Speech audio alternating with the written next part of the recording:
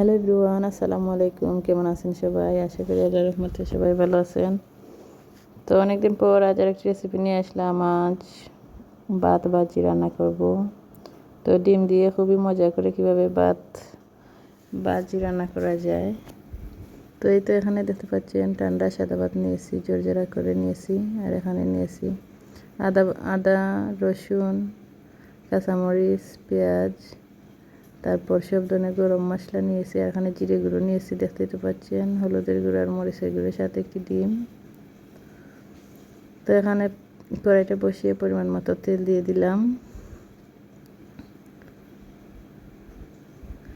দিয়ে এখন আদা রসুনকে ভালো করে লাল লাল করে ভেজে নেব।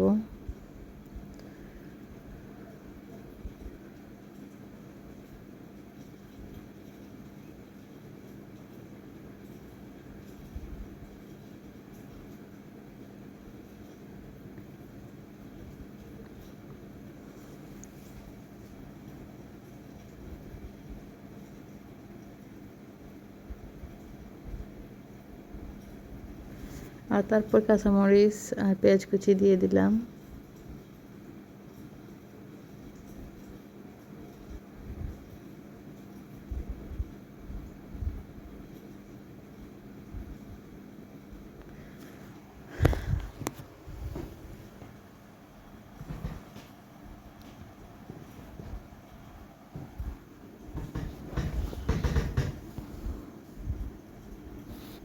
আর যেহেতু ভাত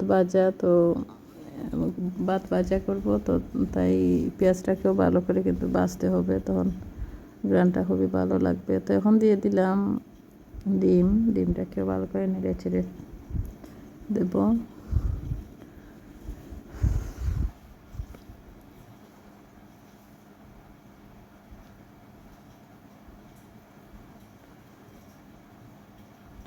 আর তারপরে এই যে সামান্য একটু মশলা তুলে রেখেছিলাম, তো তা দিয়ে দিলাম। দিয়ে সামান্য একটু পানি বোলটা ধুয়ে দিয়ে দেব, যাতে মশলাটা ভালো করে কষে আসে।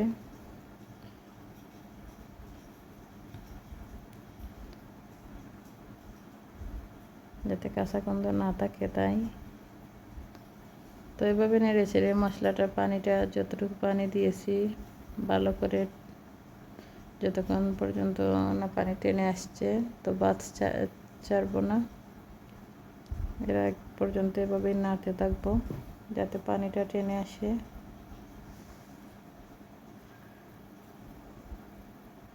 তো এখন মনে হচ্ছে ভালো করে পানিটা টেনে আসছে।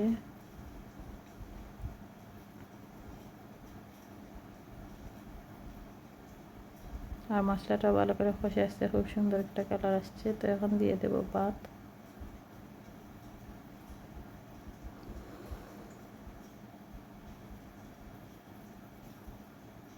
এখন ভাত দিয়ে ভালো করে উল্টে পাল্টে ভালো করে নেড়ে চেড়ে দিয়ে দেব।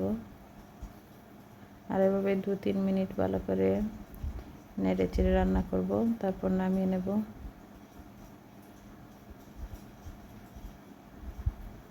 আর এই ভাত ভাজিটা খেতে ঠিক পোলাওয়ের মতোই লাগে, যেহেতু মশলা ইউজ করেছি, তো একটু ভালোই লাগে খেতে। আর এখানে জিরে গুঁড়ো না দিয়ে বিরিয়ানি মশলা থাকলে দিয়ে দিতে পারেন, আর খুবই ভালো লাগে, খুবই সুন্দর একটা স্মেল আসে। তো এই তো 2-3 মিনিট এভাবে নেড়ে চেড়ে তারপর নামিয়ে নেব। আর কেমন হলো আজকে ভাত ভাজি রেসিপি, আশা করি আপনারা কমেন্ট করে জানাবেন। মাঝে মাঝে এভাবে ছোটোবেলার রেসিপিগুলো ট্রাই করবেন, খেতে আসলে ভালোই লাগে।